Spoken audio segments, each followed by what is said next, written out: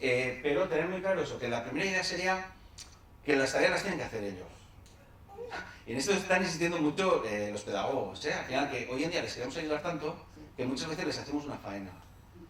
Nuestro objetivo como padres y madres no es tanto ayudarles con las tareas escolares, sino ayudarles con la autonomía de ninguna forma. Pero lo primero que le tendré que preguntar es qué es lo que tiene que hacer. Es algo que están trabajando en clase, que se supone que es para repasarlo, para practicarlo, para tal, pero es algo que saben lo que tienen que hacer. Entonces, si yo le pregunto qué es lo que tiene que hacer, pues a veces era alguna cosa que no está entendiendo bien. Yo me lo quiere explicar, no es capaz de explicármelo, o no lo está entendiendo bien, entonces lo que intentaré es ayudarle con la comprensión, ayudarle a que lo entienda.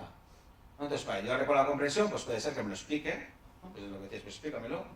¿No? Tú me lo explicas, si yo lo estoy entendiendo, pues ya te doy explicaciones en castellano, sin ningún problema. No, antes se utilizaba mucho, ahora no sé si tanto, si yo lo tengo en castellano, como ya sé lo que tienes que hacer, ya te lo puedo explicar, pero es una estrategia que muchas veces nos lleva a crear dependencias.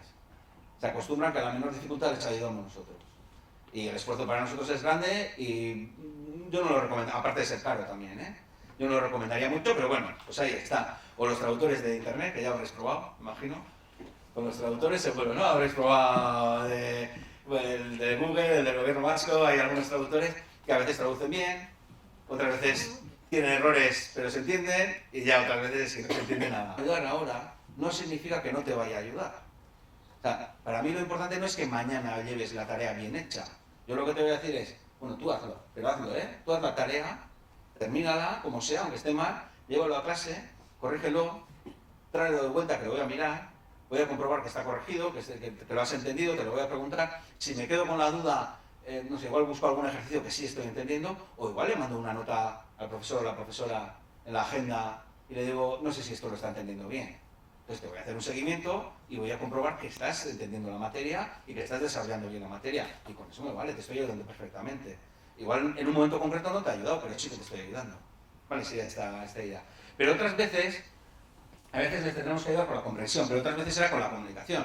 Tiene que hacer un trabajo sobre, pues igual le tengo que ayudar a que tenga material adecuado a su disposición, a tener ideas, a hablar sobre el tema, para que luego tenga argumentos, ideas para desarrollar la materia. Pues te estoy ayudando con la comunicación, no tanto con la comprensión. ¿Vale? Y otras veces será con la memorización. Tienes que estudiar, tienes que aprenderte de memoria los nombres de los ríos.